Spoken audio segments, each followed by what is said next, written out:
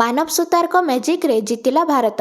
ଗାଲିରେ ଖେଳାଯାଇଥିବା ପ୍ରଥମ ଟେଷ୍ଟର ପଞ୍ଚମ ଦିନରେ ଭାରତ ଶ୍ରୀଲଙ୍କାକୁ 165 ରନରେ ପରାସ୍ତ କରି ସିରିଜରେ 1-0ରେ ଆଗୁଆ ହୋଇଥିଲା। 372 ରନର ପିଛା କରି ଶ୍ରୀଲଙ୍କା ଦଳ 206 ରନରେ ଅଲଆଉଟ୍ ହୋଇଥିଲା ଦ୍ୱିତୀୟ ଇନିଂସରେ, ଯେଉଁଥିରେ ସ୍ପିନର ମାନବ ସୁତାର ମ୍ୟାଚର ହିରୋ ସାଜିଥିଲେ। ସୁତାର ସର୍ବାଧିକ ଦ୍ୱିତୀୟ ଇନିଂସରେ 6ଟି ୱିକେଟ୍ ନେଇ ପ୍ରଥମ ଟେଷ୍ଟ ମ୍ୟାଚରେ ସମୁଦାୟ 10ଟି ୱିକେଟ୍ ନେଇଥିଲେ ପ୍ରଥମ ଇନିଂସକୁ ମିଶାଇ। ତେବେ ଖେଳର ସମ୍ପୂର୍ଣ୍ଣ ଅପଡେଟ୍ ପାଇଁ ଭିଡିଓଟିକୁ ଗୋଟେ ଲାଇକ୍ ଏବଂ ଚ୍ୟାନେଲକୁ ସବସ୍କ୍ରାଇବ କରିଦେବେ। ତ ଦର୍ଶକ ବନ୍ଧୁମାନେ, ପ୍ରଥମ ଟେଷ୍ଟ ମ୍ୟାଚରେ ପ୍ରଥମ ଦିନରେ ଭାରତ 462 ରନ୍ କରିଥିଲା, ଯାହାର ଜବାବରେ ଶ୍ରୀଲଙ୍କା 284 ରନ୍ କରି ଅଲଆଉଟ୍ ହୋଇଥିଲା ପ୍ରଥମ ଇନିଂସରେ, ଯେଉଁଥିରେ ସୋନାଲ ନିଜ ପ୍ରଥମ ଟେଷ୍ଟ ଶତକ ହାସଲ କରିଥିଲେ।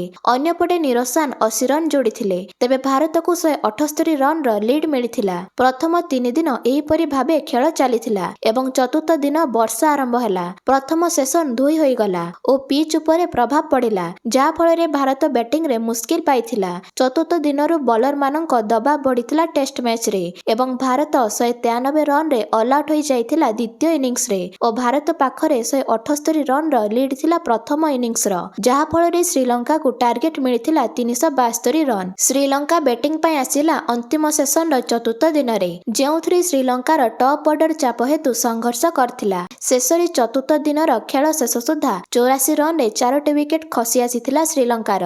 ଖେଳ ଶେଷ ହେବା ପର୍ଯ୍ୟନ୍ତ ଅଧିନାୟକ ଧନଞ୍ଜୟ ସିଲଭା ଏବଂ ସୋନାଲ ଦିନୁସା କ୍ରିଜ୍ ଧରିଥିଲେ। ତେବେ ପଞ୍ଚମ ଦିନରେ ଶ୍ରୀଲଙ୍କାର ଦ୍ୱିତୀୟ ଇନିଂସ ପିଛା କରିବା ସମୟରେ ଭାରତୀୟ ସ୍ପିନର ମାନବ ସୁତାର ଏକ ମ୍ୟାଚ୍ ବିଜୟୀ ପ୍ରଦର୍ଶନ କରିଥିଲେ। 55 ରନ୍ ଦେଇ 6ଟି ୱିକେଟ୍ ନେଇ ଆୟୋଜକ ଦେଶର ବ୍ୟାଟିଂ ଲାଇନଅପ୍କୁ ଭାଙ୍ଗି ଦେଇଥିଲେ। ତାଙ୍କୁ ଅଭିଜ୍ଞ ଅଲରାଉଣ୍ଡର ରବୀନ୍ଦ୍ର ଜାଡେଜା ପ୍ରଭାବଶାଳୀ ଭାବରେ ସମର୍ଥନ କରିଥିଲେ, ଯିଏକି ମାତ୍ର 16 ରନ୍ ଦେଇ 2ଟି ୱିକେଟ୍ ନେଇଥିଲେ। ଶ୍ରୀଲଙ୍କା ପାଇଁ ସୋନାଲ ଦିନୁସା ଶେଷ ଇନିଂସରେ ସର୍ବାଧିକ 84 ରନ୍ କରିଥିଲେ ଏବଂ ଅଧିନାୟକ ଧନଞ୍ଜୟ ସିଲଭା 59 ରନ୍ ଯୋଗଦାନ ଦେଇଥିଲେ, କିନ୍ତୁ ଏହା ଟେଷ୍ଟ ମ୍ୟାଚ୍ ବଞ୍ଚାଇବା ପାଇଁ ଯଥେଷ୍ଟ ନଥିଲା ଏବଂ ଭାରତ ସିରିଜକୁ ଜିତି ନେଇଥିଲା। ମ୍ୟାଚ୍ ପରବର୍ତ୍ତୀ ପ୍ରତିକ୍ରିୟାରେ ଅଧିନାୟକ ସୁମନ ଗିଲ ବିଜୟକୁ ବହୁତ ସ୍ୱତନ୍ତ୍ର ବୋଲି କହିଛନ୍ତି। ବିଶେଷ କରି ଭାରତର 600ତମ ଟେଷ୍ଟର ଐତିହାସିକ ଅବସରରେ ସେ ଚମତ୍କାର ବୋଲିଂ ପାଇଁ ମାନବ ସୁତାରକୁ ପ୍ରଶଂସା କରିଥିଲେ ଏବଂ ଉଲ୍ଲେଖ କରିଥିଲେ ଯେ ସେ ଜଣେ ପ୍ରତିଶ୍ରୁତିବଦ୍ଧ ଖେଳାଳି ପରି ଦେଖାଯାଉଛନ୍ତି, ଯିଏକି ଭାରତକୁ ଦୀର୍ଘକାଳୀନ ସେବା କରିପାରିବେ।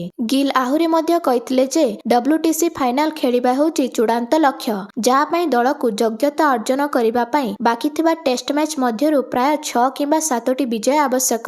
ତେବେ ଭାରତ ଦ୍ୱିତୀୟ ଟେଷ୍ଟଟିକୁ ଜିତି ସିରିଜ ବିଜୟ ହେବ କି ଶ୍ରୀଲଙ୍କା ବିପକ୍ଷରେ? ଆପଣମାନଙ୍କୁ କ'ଣ ଲାଗୁଛି? ନିଜ ନିଜ ମତାମତ କମେଣ୍ଟ ମାଧ୍ୟମରେ ଜଣାନ୍ତୁ।